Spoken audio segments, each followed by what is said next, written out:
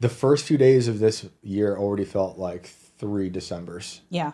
You remember last time we talked, there were drones, Mm-hmm. and the drones are gone, and they've been replaced with terror attacks, exploding cyber trucks. LA is on fire. So we have a lot to talk about, Yeah. and we have some really awesome callers lined up today. But we have a really great guest today, perfect person to talk to about cities on fire, about history, about what this means, what we're going through. We're going to look into the past to try to draw some parallels. But we're joined today by Jeremy Ryan Slate. Let's bring on Jeremy. What's up, sir? How are you? Hey guys, how's it going? Thanks for having me. Thank you for being here because, as far as I know, you are surrounded by fire, or were surrounded by fire out in Los Angeles. Yeah, I'm in Hollywood right now. I'm a couple blocks off of Hollywood Boulevard, and I gotta say, man, like usually I'm not like part of a news story, but my life's been kind of interesting the last couple months. I just got back here from because I've been going back and forth to LA for work a lot recently, Right. and I just got back here from New Jersey, where I live in New Jersey. I'm like 30 minutes from the military base where all the drones are flying over. Weird. So then I come back here, and within a few weeks, everything's on fire again. I'm like, Interesting. man, like I feel like I'm like living in the news cycle. Yeah, right this now. actually isn't an interview, it's an interrogation. And I'm a little worried that you're so connected to the drones and the fires. No, I did think that was funny because last time we talked, it was like I remember you saying you were in Jersey. But let's get into all that. But first, real quick, let Yeah. everyone know who you are, what you do, and all that good stuff. Yeah. So my name's Jeremy Slate. I run a company called Command Your Brand, and we are a PR firm for the podcast industry. We've been booking podcasts for the last about 10 years. We've also had a podcast since 2014 called The Jeremy Ryan Slate Show.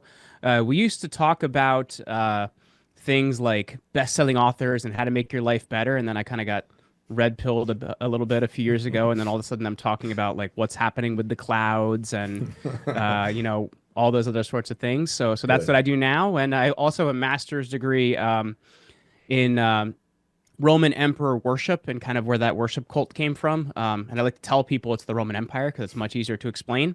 But I actually studied why people worship the emperor and how Augustus was just kind of smarter than them and put together a cult to make them worship him. Incredible.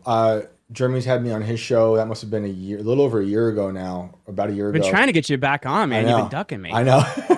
Yeah, I've just been ghosting people. No, I do want to get back on the show. I was on your show the first time talking about catching demons, and that was a really fun show. And then for those who might think Jeremy looks familiar, he was on a Culture War podcast about a year ago talking about Rome.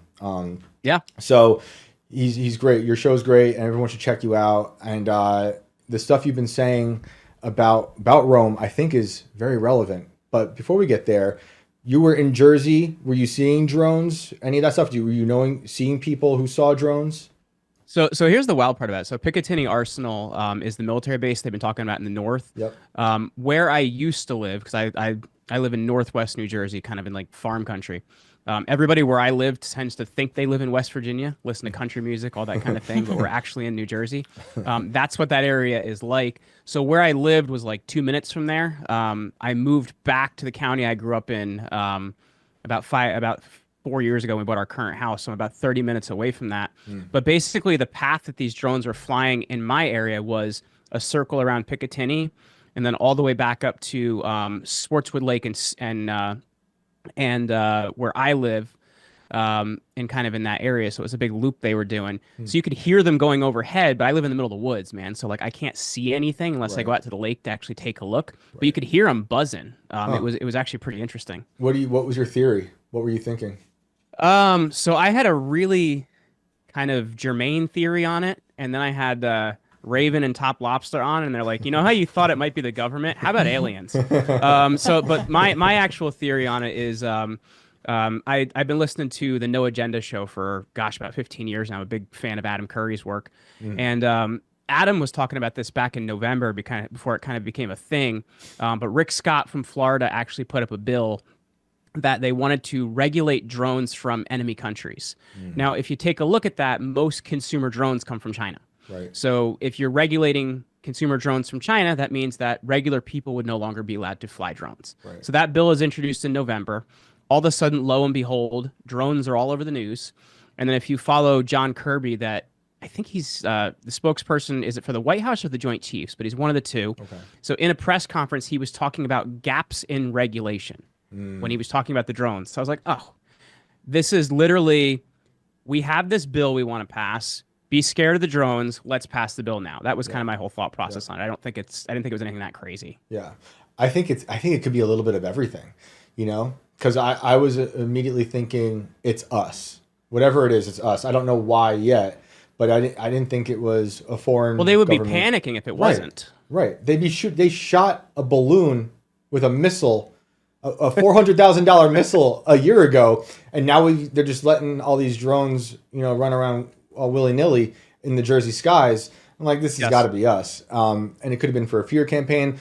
I discussed on our last show before we went away for Christmas that I talked to a guy who said it was to help pass laws to fund DOD, basically. And there was another bill, like you're saying, but for this. So it's like, I think people take advantage of all these situations. And they're like, we can use the fear, you know, we could scare people. We can make them, you know, you can distract them with this because around that same time, Joe Biden pardoned some really bad people no one was really talking about because we were talking about the drones. And then other people were like... Joe Biden didn't do that, by the way. Like, his handlers did. Well, of course, Joe Biden has been dead, we know, for a long time. But his people operating behind Joe Biden's curtains or one of his, you know, various clones that they haven't released into the jungle yet did pardon that person. I'm talking about like a judge in Pennsylvania who was selling children, you know, basically horrible stuff. Maybe it was just an experiment and they didn't think people would catch on. Yeah, that's why I think it's a little bit of everything. It's probably not one thing, but people take advantage of it. My sisters are in Jersey and they were seeing them.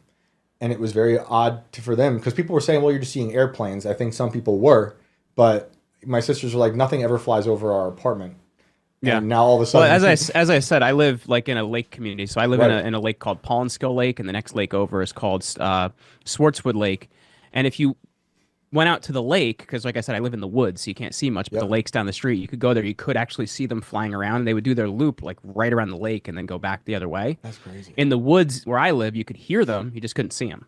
That's crazy. And were they big? Did you see the big kind? The kind I saw were kind of like maybe the size of like a dirt bike, you know, but once again, I'm guessing because I'm seeing it from the ground. So I can't tell you that much about that. That's wild. All right. So you experienced the drone phenomenon of 2024, which gripped the nation. And then you moved to LA and now suddenly you're in a city on fire. I mean, the freaking images out of that city are really upsetting. Well, yeah, that, and then also I gotta tell you though, man, like the people gotta chill with the AI images of the Hollywood sign because the Hollywood sign, first of all, would melt. It wouldn't burn because the new one is plastic. Right. But people put up the AI images the other night, and I literally went outside, walked a half a block down the street, and I'm like, no fire, and then went back online and commented. I'm like, hey, there's no fire. Don't be an asshole. Yeah, I know. Well, now you just gave them ideas to make the AI know that it's going to melt instead of burn. So it's just going to get well, we'll just have Jeremy walk down the block to confirm. Jeremy's our weatherman in LA. Like, is the like the groundhog? Is the Hollywood sign on fire? Jeremy. We'll cut to Jeremy.